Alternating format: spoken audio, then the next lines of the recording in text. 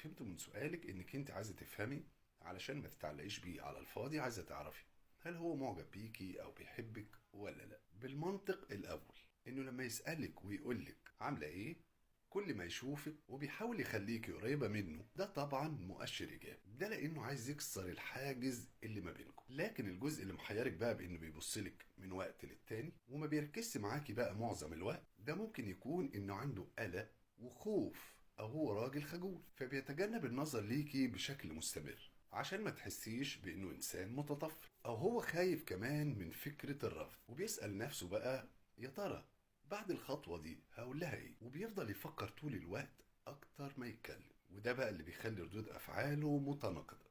في احتمال كمان بان هو مش واثق بانك انتي مش معجبة بيه، فبيحاول بقى يعمل المسافة دي عشان يكون خفيف عليكي وما تزهقيش منه. في الحالات اللي قلتها دي كلها لازم تدوري على اشارات تانية. يعني لو بيحاول يسألك عن حياتك والكلام ده ويضحك معاكي ويهزر وكل الحاجات دي ويتكلم عن نفسه، دي اشارات طبعا بتدل على الاعجاب. لكن لو التصرفات بقى متناقضة طول الوقت، مرة كويس معاكي جدا ومرة تانية مش شايفك من الاساس، ممكن يكون بقى هو مش عارف احساسه هو تجاهك عامل ازاي.